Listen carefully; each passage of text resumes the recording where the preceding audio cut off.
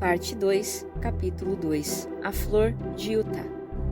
Este não é o lugar para recordar as dificuldades e as privações enfrentadas pelos imigrantes mormons antes que encontrassem seu refúgio final. Desde as margens do Mississippi até as encostas ocidentais das Montanhas Rochosas, eles lutaram com uma constância sem paralelos na história. O homem selvagem, os animais selvagens, fome, sede, cansaço e doença, todos os impedimentos que a natureza podia colocar em seu caminho, todos foram vencidos com uma tenacidade anglo-saxônica. Ainda assim, a longa jornada e os terrores acumulados abalaram o coração do mais corajoso entre eles. Não houve um homem que não tenha se ajoelhado em oração sincera quando viram o largo vale de Utah banhado pelo sol e ouviram de seu líder que aquela era a terra prometida e que aqueles acres intocados seriam seus para sempre. Young logo provou ser um administrador habilidoso, assim como um chefe decidido. Mapas foram feitos e gráficos preparados nos quais a futura cidade estava desenhada. Ao redor, as fazendas foram divididas e atribuídas de acordo com a posição de cada um. O comerciante foi colocado em sua função e o artesão em seu chamado. As ruas e praças da cidade começaram a surgir como por mágica. No campo, havia cercas e coberturas, plantações, limpeza de terreno, até que no verão seguinte, todo o campo estava dourado com a colheita de trigo. Tudo prosperava naquele ambiente inóspito. Acima de tudo, o grande templo que se erguia no meio da cidade ficava cada vez mais alto e largo. Do primeiro feixe de manhã até o fim do crepúsculo, o bater do martelo e o raspar da serra nunca paravam no monumento que os imigrantes ergueram a ele, que os havia guardado em segurança por muitos perigos. Os dois viajantes, John Ferrier e a garotinha com que havia compartilhado seu destino e que fora adotada como sua filha, acompanharam os mormons até o fim de sua grande peregrinação. A pequena Lucy Ferrier foi carregada com muita alegria na carroça de Elder Stangerson, um refúgio que ela dividia com as 3 esposas do Mormon e seu filho, um menino forte e adiantado de 12 anos. Tendo lutado com a elasticidade da infância contra o choque causado pela morte de sua mãe, logo se apegou a mulheres e se conformou com essa nova vida em sua casa móvel coberta por tecido. Enquanto isso, Ferrier, após se recuperar de sua fraqueza, destacou-se como um guia útil e um caçador incansável.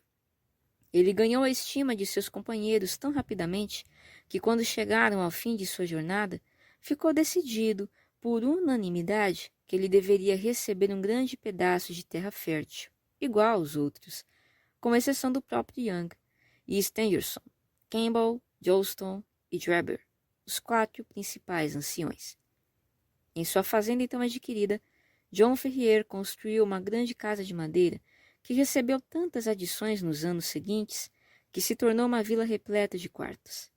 Ele era um homem de pensamento prático, ávido em seus negócios e habilidoso com suas mãos.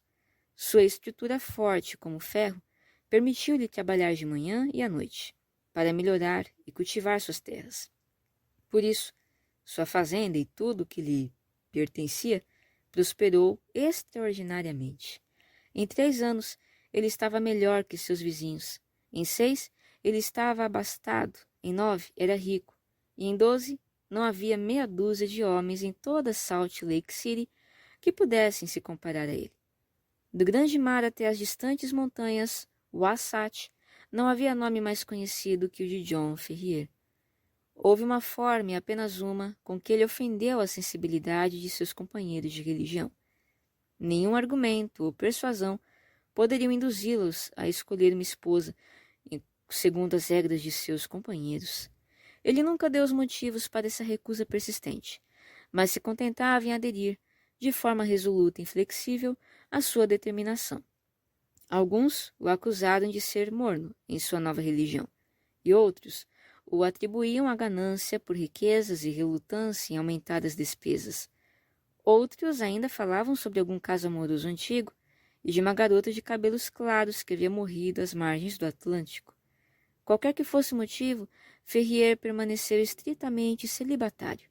Em todos os outros aspectos, ele se conformou com a religião do recente assentamento e ficou conhecido por ser um homem correto e ortodoxo. Lucy Ferrier cresceu na cabana e ajudou seu pai adotivo em todos os seus empreendimentos. O ar fresco das montanhas e o odor balsâmico dos pinheiros assumiram o lugar de enfermeira e mãe para a jovem. Com o passar dos anos, ela ficou mais alta e mais forte, sua bochecha mais rosada e seu passo mais elástico. Muitos viajantes na estrada que ficava ao lado da fazenda de Ferrier reencontravam pensamentos esquecidos há muito tempo, reviver em sua mente enquanto observavam sua figura feminina esgueirar-se pelos campos de trigo, ou a encontravam montada no cavalo de seu pai com toda a destreza e a graça de uma verdadeira filha do Oeste. E assim, o broto floresceu em uma flor, e no mesmo ano em que o pai dela se tornou mais rico dos fazendeiros, ela se tornou o mais belo exemplar de feminilidade americana que poderia se encontrar em toda a encosta do Pacífico. No entanto, não foi o pai que primeiro descobriu que a criança havia se transformado na mulher. Isso raramente acontece nesses casos. Essa mudança misteriosa é muito sutil e gradual para ser medida em datas. A própria moça não sabe até que o tom de uma voz ou o toque de uma mão acelera o seu coração e ela descobre, com uma mistura de orgulho e medo, que uma natureza nova e mais ampla despertou dentro dela. Há poucas que não se lembram do dia e do pequeno acontecimento que anunciaram o nascer de uma nova vida. No caso de Lucy Ferrier, a ocasião foi muito séria em si, além de sua futura influência em seu destino e de muitos depois. Era uma manhã quente de junho, e os santos dos últimos dias estavam tão ocupados quanto as abelhas, cuja colmeia eles escolheram para ser seu emblema. Nos campos e nas ruas subiu o mesmo zumbido da indústria humana. Descendo as estradas empoeiradas, desfilavam longas filas de mulas carregadas, todas indo para o oeste, pois a febre do ouro havia irrompido na Califórnia e a via terrestre atravessava a cidade dos eleitos. Lá também estavam os rebanhos de ovelhas e bois que vinham dos pastos e numerosos grupos de imigrantes cansados, homens e cavalos igualmente desgastados de sua jornada interminável. Em meio a todo esse grupo heterogêneo, seguindo seu caminho com a habilidade de um cavalheiro experiente, Lucy Ferrier galopava com seu rosto bonito, corado pelo exercício e seus longos cabelos castanhos flutuando atrás dela. Ela tinha uma tarefa de seu pai para realizar na cidade e seguia como havia feito muitas vezes antes, com todo o destemor da juventude, pensando apenas em sua missão e em como deveria executá-la. Os aventureiros manchados pela viagem olhavam para ela espantados, e até mesmo os indiferentes índios, viajando com suas peles, afrouxavam seu estoicismo costumeiro enquanto se maravilhavam com a beleza da donzela de rosto pálido. Ela havia chegado aos limites da cidade, quando viu que a estrada estava bloqueada por uma grande boiada, conduzida por meia dúzia de pastores de aparência selvagem, vindos das planícies. Em sua impaciência, ela tentou passar esse obstáculo ao forçar seu cavalo pelo que parecia ser uma brecha. No entanto, ela mal havia conseguido passar quando os animais vieram por trás dela, e ela se viu completamente imersa no fluxo contínuo de bois de olhos afiados e chifres longos. Acostumada a lidar com gado, não ficou assustada com a situação, mas aproveitou todas as oportunidades para forçar seu cavalo na esperança de abrir caminho pela cavalgada.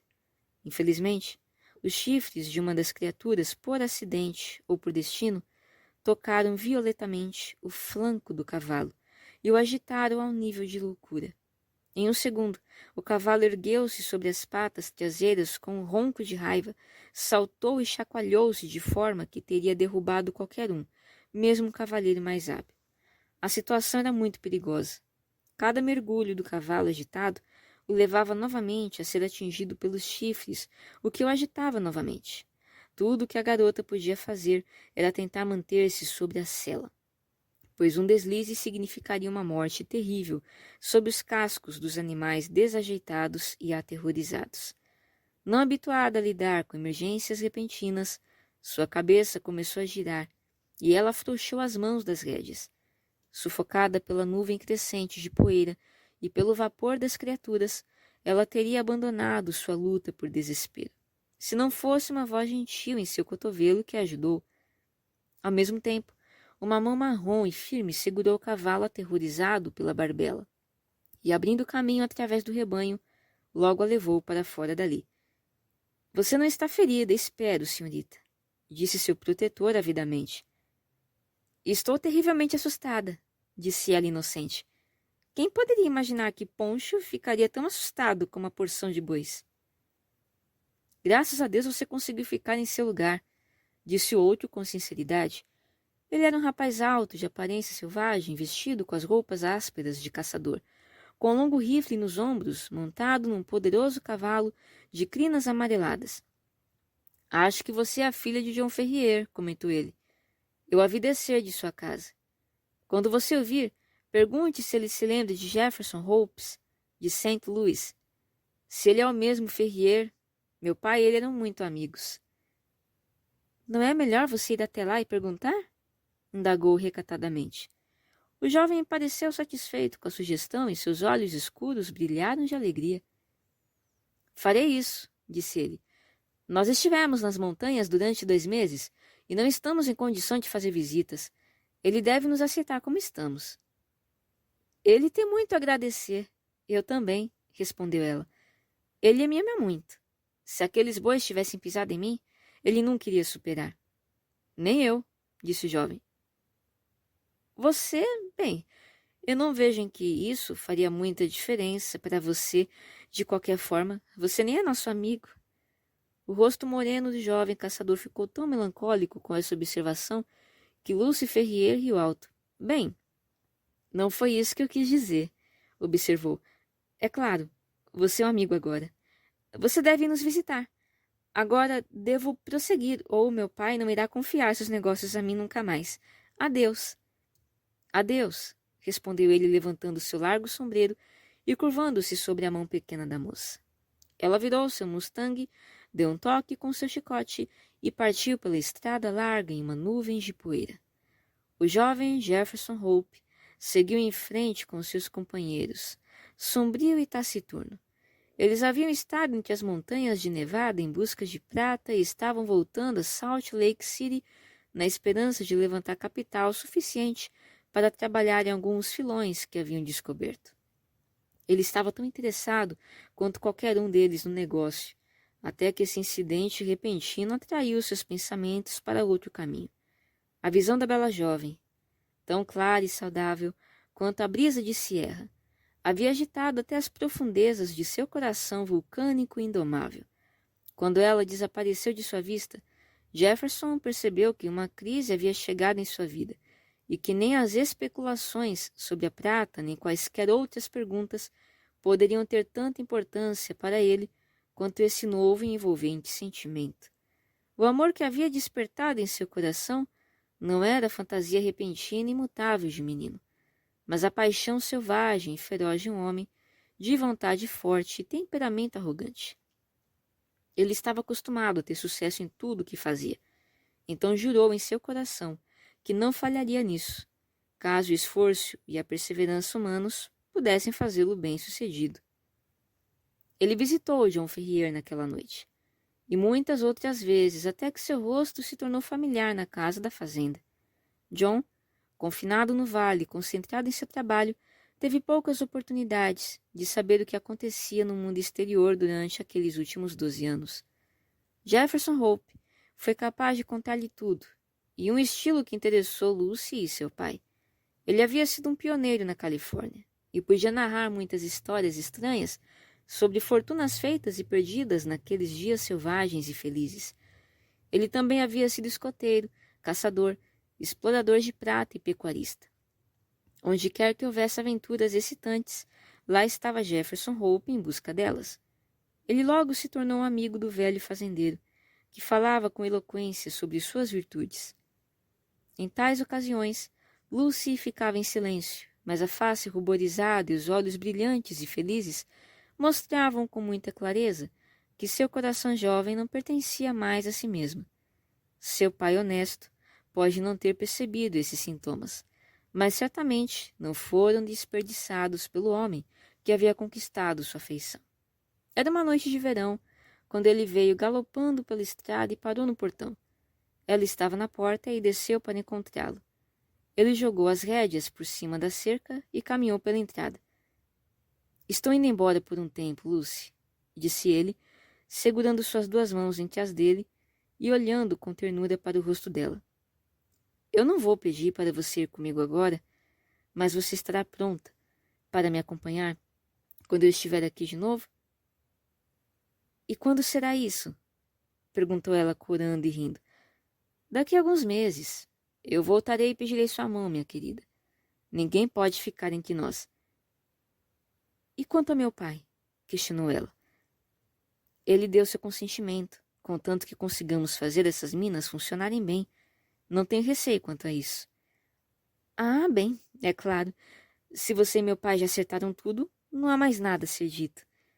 Sussurrou ela com seu rosto contra o peito largo do jovem. Graças a Deus, disse ele com voz rouca, inclinando-se e beijando-a. Está resolvido, então. Quanto mais tempo eu demorar, mais difícil será ir embora. Eles estão esperando por mim no canyon. Adeus, minha querida. Adeus. Daqui a 2 meses você me verá. Ele se afastou enquanto falava e, montando em seu cavalo, galopou furiosamente, sem sequer olhar para trás, como se tivesse medo de que sua certeza o abandonasse, caso visse o que estava deixando para trás. Ela continuou no portão, olhando para ele até que desaparecesse de sua vista. Então, ela voltou para casa. Era a garota mais feliz de todo o Utah.